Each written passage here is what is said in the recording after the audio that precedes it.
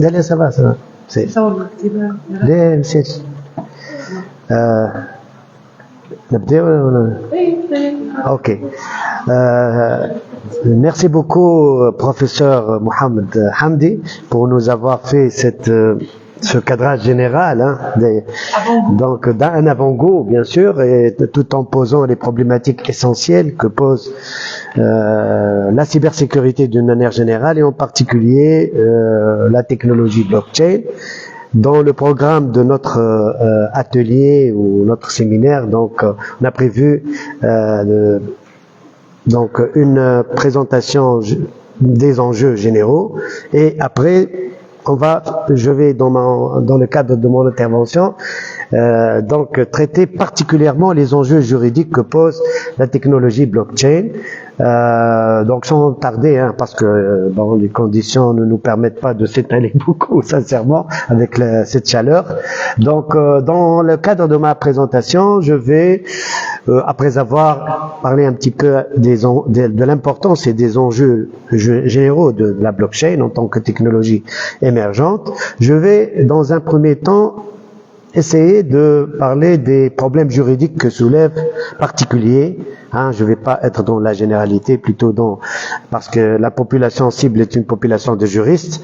La plupart de l'assistance que l'واحد منهم قاعد يخدم على un sujet en lien avec ça, donc يحبوا على حاجات دقيقة peut-être. Et puis je vais voir après avoir vu les enjeux et les problèmes juridiques que pose cette technologie, je vais aborder plutôt les solutions. C'est-à-dire quelles sont les réponses plutôt législatives qui ont été données jusque-là à ces problèmes. Et on va voir que dans le cadre de la réponse est plutôt prudente. Je vais en parler. Hein. Donc, la blockchain, comme les autres technologies numériques, hein, en réalité, pose toujours la problématique des rapports entre le droit et la technique. D'ailleurs, cette problématique n'a pas trait uniquement aux technologies de l'information et de la communication. Je parle sous le contrôle de Salma, Madame Salma, donc elle est la spécialiste de la responsabilité. On sait très bien que même la voiture, lorsqu'elle a vu le jour historiquement, elle a posé beaucoup de problématiques d'ordre juridique sur le fondement de la responsabilité, l'étendue de la responsabilité, etc. Donc c'est la même chose. Je pense que la blockchain la réflexion autour de la blockchain et ses enjeux juridiques doit s'inscrire dans cette problématique que la technique, le droit est toujours essayer de résoudre les problèmes que pose la technique. La technologie n'est pas considérée comme un phénomène de mode. À un certain moment, on disait, bon, voilà, on parle de la technologie parce que c'est la mode.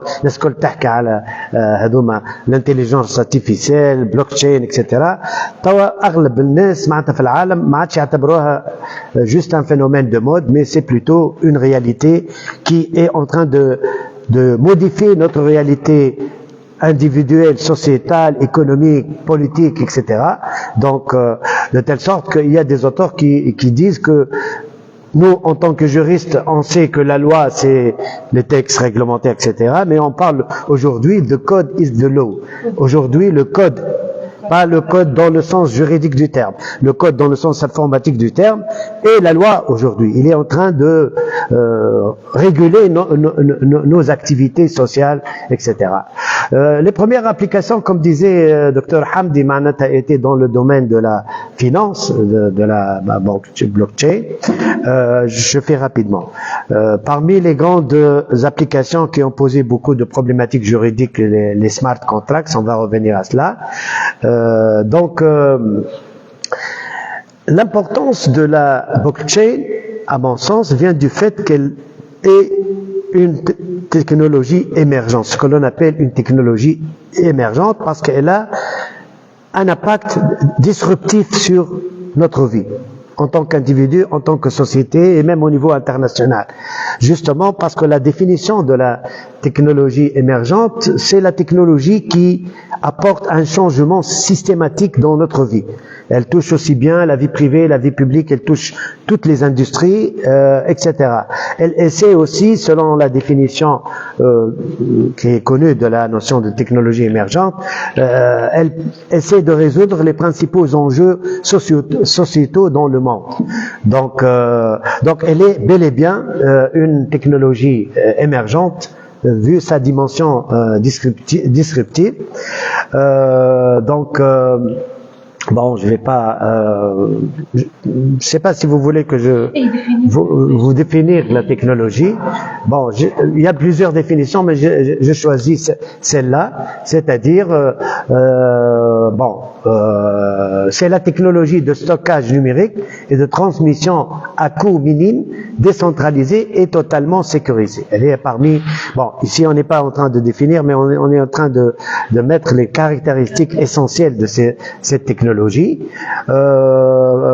La technologie, toujours dans les définitions, les classifications, est généralement classée en blockchain privé, blockchain publique, c'est-à-dire ouverte à tout le monde ou presque, et la blockchain hybride ou communautaire, donc surtout entre certaines institutions, surtout dans le cadre des institutions financières, etc. Les usages, les principaux usages de la blockchain, essentiellement trois: le transfert d'actifs numériques, ce que l'on appelle la crypto-monnaie, etc. Aussi les actions et les obligations.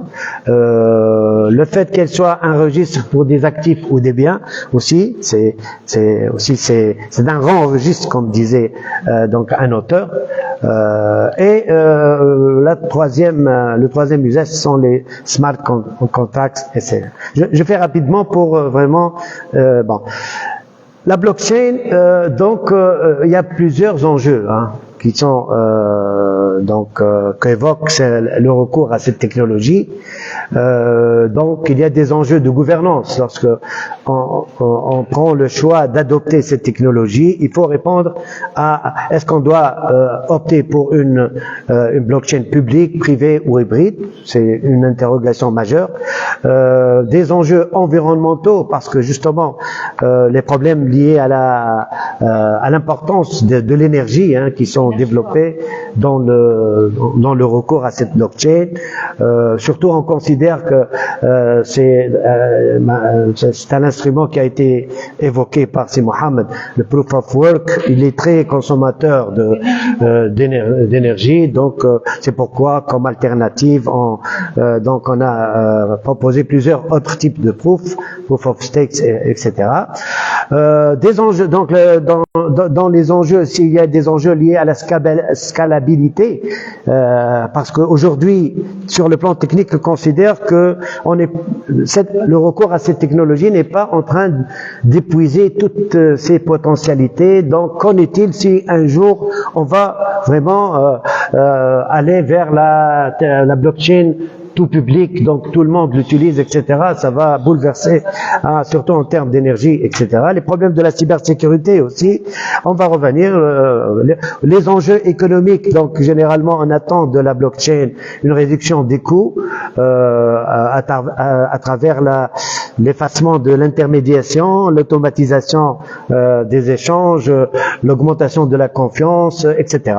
Donc, je fais rapidement pour que je concentre mon intervention sur l'idée essentielle que je vais développer, qui est la suivante. Je vais essayer d'examiner quels sont les problèmes juridiques que pose cette technologie émergente pour voir quelles sont les réponses législatives, d'une manière synthétique. Et ici, on peut dire deux idées essentielles. En tant que juriste, je me plie à la dualité juridique dans nos plans, etc. Je suis plus conformiste que Dr Hamdi parce qu'il est spécialiste en télécommunications, ingénieur, donc il y a toujours la créativité. Mais nous, les juristes, on est conservateurs, donc on est toujours cette logique binaire, etc. Donc voilà. Je mets plus رغم اللي انا معناتها في école d'ingénieur en télécommunication, mais bon معناتها ما نجمتوش اثروا فيا ياسر يعني قعدت ديما juriste. Donc des problèmes juridiques diversifiés soulevés par la blockchain et un encadrement législatif prudent. Ce sont les deux grandes idées que je voudrais développer. Je vais être synthétique.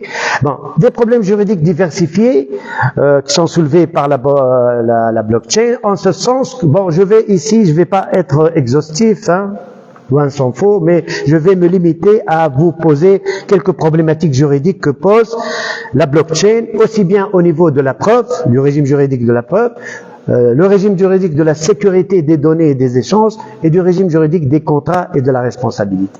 Donc on va juste d'une manière squelettique, je vais vous parler un petit peu d'abord des diversité des problèmes juridiques liés à la preuve. Justement, le problème, je vous disais tout à l'heure que certains auteurs considèrent la blockchain comme étant un grand registre qui retrace toutes les transactions qui sont immuables, etc.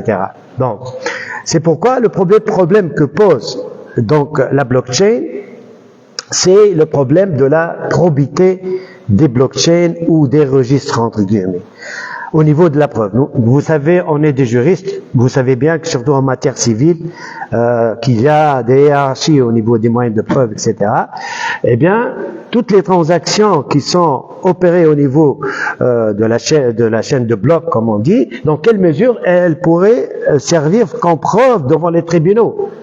Surtout qu'aujourd'hui, elle est de plus en plus utilisée dans les transactions économiques, etc. Donc, dans quelle mesure pourrait-on se baser sur ces blocs pour prouver des transactions, etc. Premier problème. Surtout si on est dans la blockchain publique. Si on est dans la blockchain privée, le problème se pose avec moindre importance parce que généralement, on fait recours à ce que l'on appelle des conventions de preuve. C'est-à-dire parce que dans la blockchain privée ou communautaire ou hybride, bon, souvent les partenaires se connaissent mutuellement et vont établir entre elles des standards, disons, à travers lesquels on peut reconnaître. Donc, ils vont définir au préalable. Donc, c'est surtout dans le cadre du commerce électronique B2B. Voilà. Le premier problème. Deuxième problème, comme disait tout à l'heure le professeur Mohamed, donc il n'y a plus de tiers de confiance dans le cadre de la blockchain en tant que technologie. Bon, ce qui pourrait à la limite remettre en cause certains métiers juridiques que nous connaissons. Le notariat, l'adl al-ishhad, هو tiers de confiance. يعني تريد كونفيونس في تجاه اعمال قانونيه معينه منظمه بالقانون المهنه عدل التنفيذ نفسه c'est aussi c'est quelqu'un qui atteste d'un constat moyen يعني هو c'est un tiers de confiance. Or bon, certains auteurs prédisent en quelque sorte la disparition de ces métiers avec le temps, donc qui sont des métiers d'intermédiaires en quelque sorte. La même chose pour les avocats, c'est-à-dire bon, il y a des études qui sont en train d'étudier le phénomène. Donc, si on va généraliser l'utilisation de la blockchain, peut-être que le métier d'avocat, bon, peut-être il va pas disparaître ou de magistrat, ou il va changer de nature. يولي ما عادش الاشياء اللي فيها اثباتات يعني en tant que tiers de confiance vont disparaître et تقعد كان الجوانب الاخرى اللي فيها la créativité نتاعو et l'expertise نتاعو. Donc c'est déjà un enjeu important donc en la matière.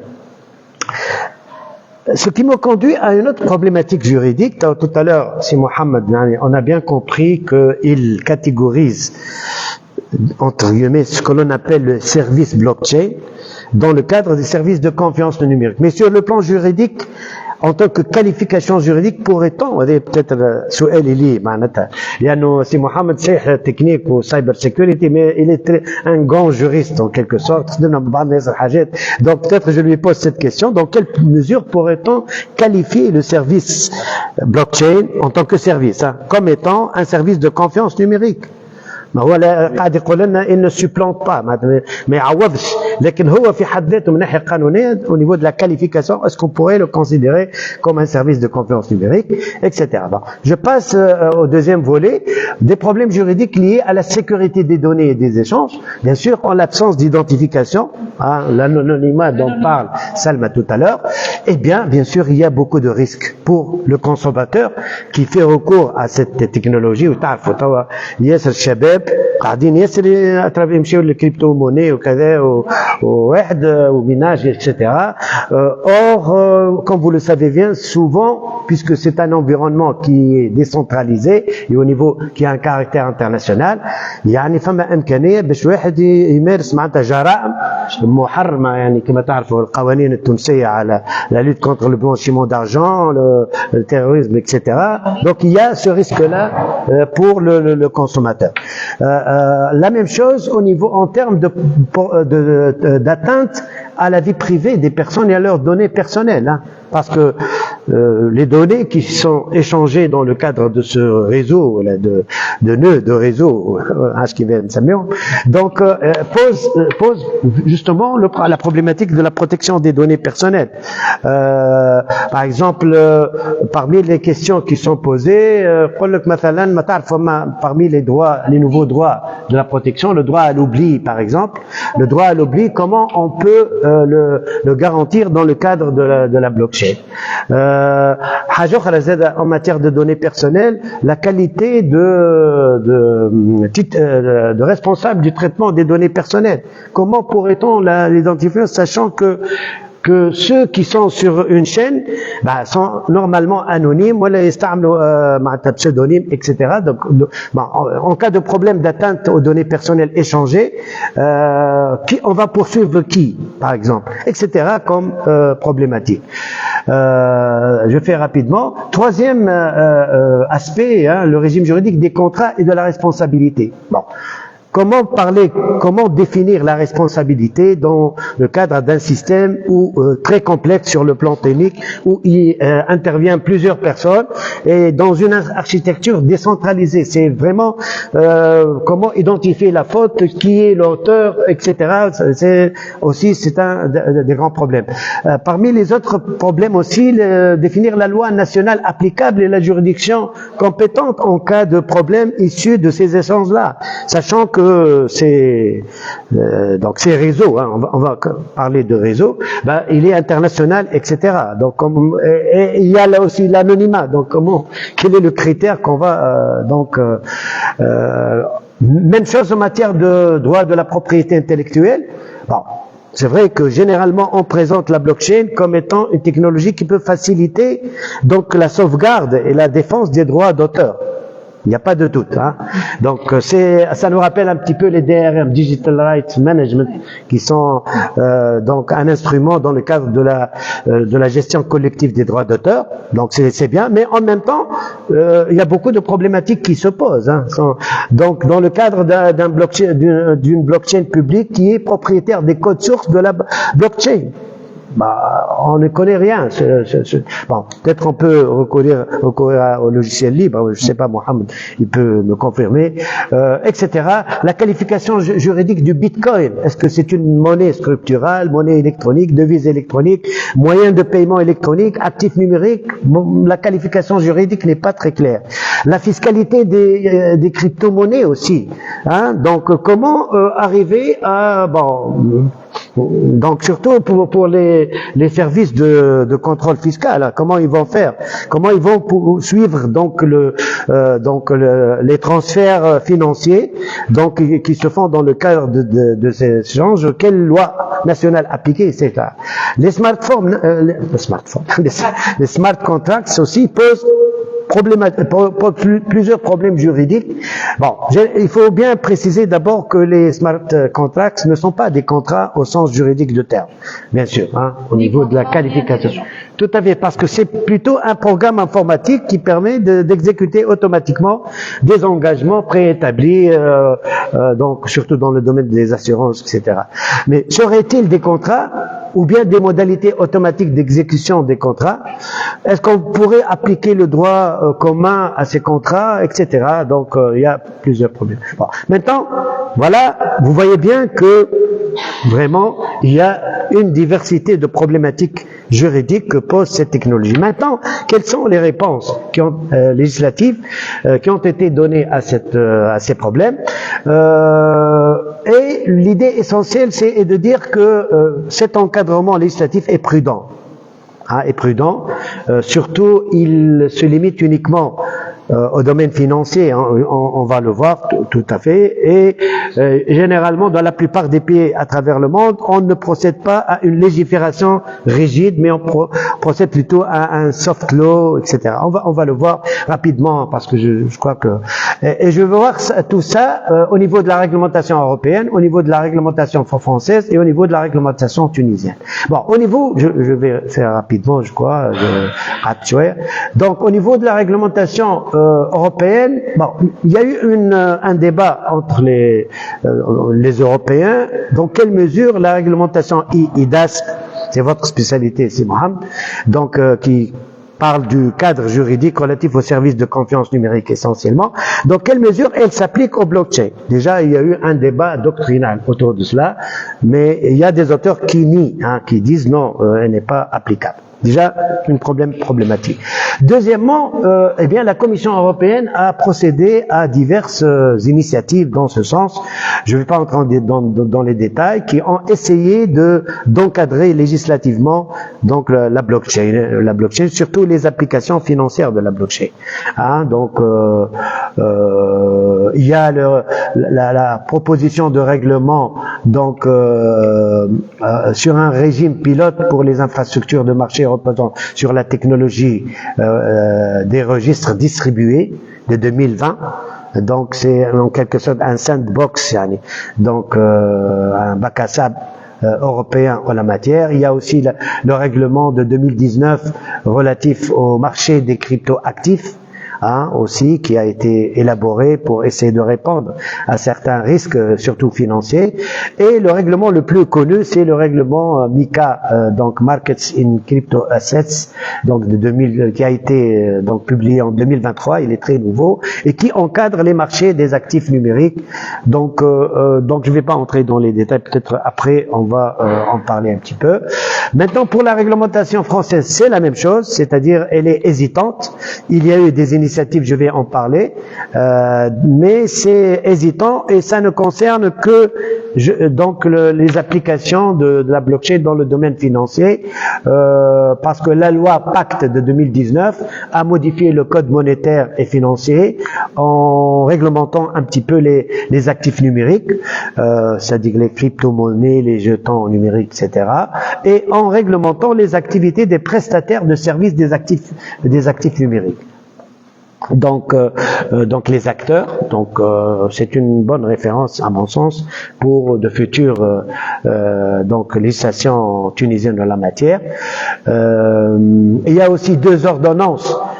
Donc sur les bons de caisse et sur les titres de sociétés non cotées, donc l'ordonnance d'avril 2016 qui parle, lorsqu'elle parle de la technologie blockchain, elle utilise le concept dispositif d'enregistrement automatique électronique partagé, ce qui veut dire, bon, vu le principe de la neutralité technologique du droit, on ne veut pas dire que blockchain directement, donc on parle de la notion de dispositif d'enregistrement électronique partagé, et surtout qui sont utilisés dans le cadre du financement participatif, le crowdfunding surtout. Donc ils sont très utilisés donc au niveau de la France. Il y a eu aussi le décret qui a montré comment les modalités d'utilisation des crypto-monnaies, etc. Aux États-Unis, il y a aussi plusieurs États qui ont adopté une réglementation en la matière, telle que la réglementation de Hawaï, crypto-monnaie,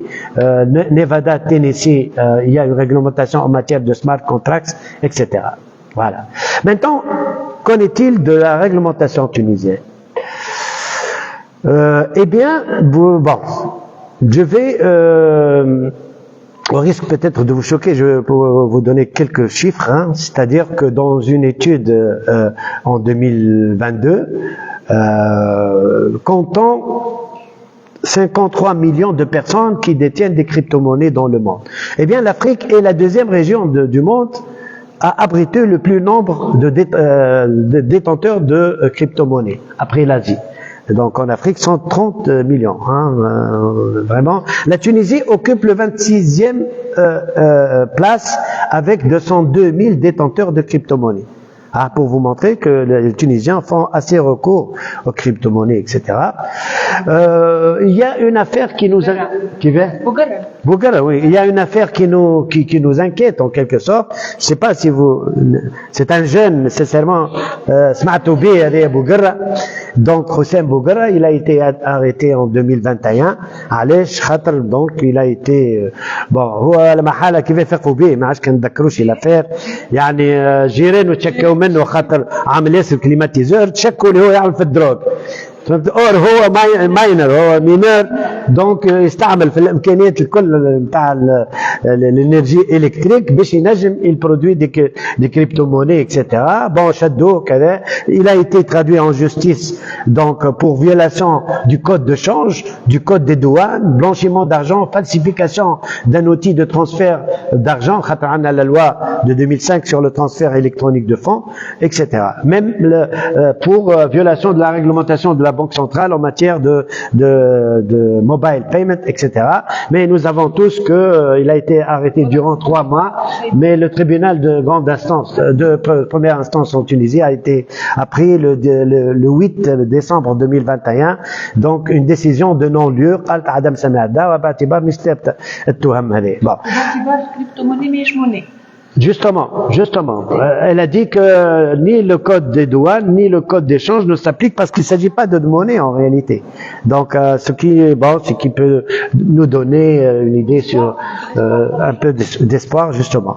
Parmi les autres projets qu'on pourrait citer en Tunisie, le projet de la Banque centrale de Tunisie, qui est en cours, hein, il n'a pas vu le jour aujourd'hui, dans quelle mesure c'est une crypto-monnaie ou non, il y a un débat là-dessus, mais il faut, celui qui veut étudier, il peut voir, il a حد الآن ما تقدمش ياسر البروجي هذا. Il y a aussi le dernier projet du code d'échange en Tunisie, qui va فوق جرات فوالا كلهم فوق للاسف كلهم فوق جرات ديجا معناتها ساهمنا في انا وسي محمد قداش بروجي دو لوا مالوريزمون كلهم فوق جرات دونك مي هذوما على الاقل بالنسبه للباحث لازم يدوا لي سيتي باش نعرفوا اللي فما يا او موان اون ريفليكسيون là-dessus donc surtout avec le projet de code de change qui, entre autres objectifs, il veut stimuler l'innovation financière, notamment dans le domaine des transactions numériques et des cryptoactifs. En Tunisie, il n'y a pas de législation relative à la blockchain. Mais partant du principe que vous connaissez, tout ce qui n'est pas interdit est permis, à la limite, on peut dire que c'est une application qui est permise. Rien ne l'empêche. الأصل في الأشياء الإباحة نحن عندنا الفقه الإسلامي حتى في عندنا مبدأ قانوني هكا يقول الكلام هذا. Par contre, la crypto-monnaie n'est pas soumise, juridiquement parlant, donc au code d'échange. Elle n'est pas une devise qui a une cotation légale, etc. Et on ne peut pas lui opposer l'obligation de rapatriement des devises اللي هي مطروح في كل واحد أجنبي لأنه هذا اعتبروه أنه هو عنده موني أجنبية يتعامل بها دونك نورمالمون خاضع إلى تراخيص etc. هذاك علاش يعتبروه مخالف للكود دي دوان اور هذه من الناحية القانونية مش صح. Voilà. Applicabilité de la loi sur les échanges et le commerce électronique dans ses principes généraux, rien n'empêche. Applicabilité de la loi relative au crowdfunding. قلت لكم قبل فرنسا يعني le Bitcoin a été très utilisé dans le financement participatif, donc pourquoi pas. Applicabilité de la loi relative à la lutte contre la cybercriminalité aussi. Pour les infractions pénales qui sont commises dans le cadre de la blockchain, rien n'empêche de lui appliquer le décret-loi, le fameux décret-loi 2022. Un mot de la fin, avant de terminer. Première idée fondamentale, c'est que la blockchain, même en Tunisie, n'évolue pas dans un environnement de non-droit, comme je viens de le préciser. Deuxième principe, et je dis ça rapidement, l'importance du principe, tout ce qui n'est pas interdit est permis. Il ne faut pas oublier مادام حاجة خاطر من قبل وقفوا على أساس عمل جرائم لكن اتضح فيما بعد لا خالف لا الكود الدوان لا خالف إذا مبدئيا rien n'empêche que vous faites donc recours à cela. La nécessité qu'il y ait une réglementation souple, une soft law qui booste l'innovation tout en sécurisant les transactions et les données comme orientation générale. Une réglementation qui tient compte des caractéristiques de la blockchain, bien sûr. ما تنجمش انت تأثر تكنولوجيا من غير ما تاخذ خصوصيتها اللي قلت عليها من قبل décentralisée, etc.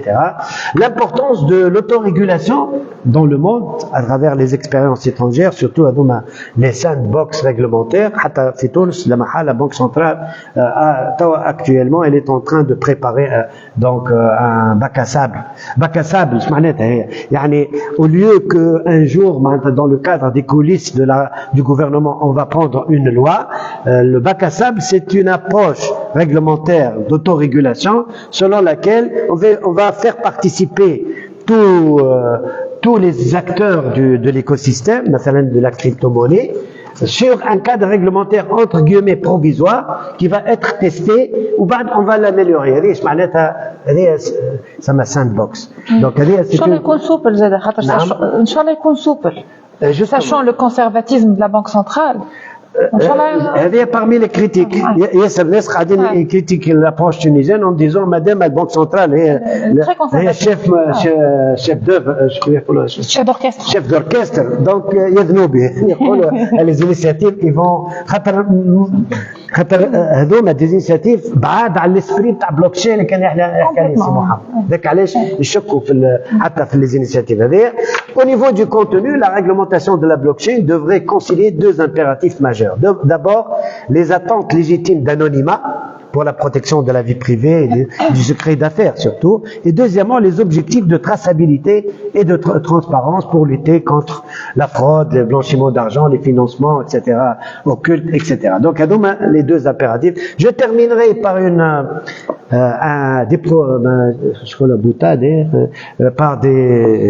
dicton. Bon, moi je dicton. une boutade. Un proverbe. لا هذا إريك شميث كان PDG نتاع جوجل de 2001 à 2011.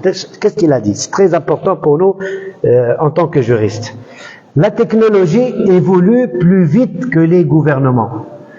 Alors ne légiférez pas avant d'en prendre toutes les conséquences. Et je termine par ces paroles très. Merci beaucoup. Ça me fait à la tatouée là. Non, c'était. Ça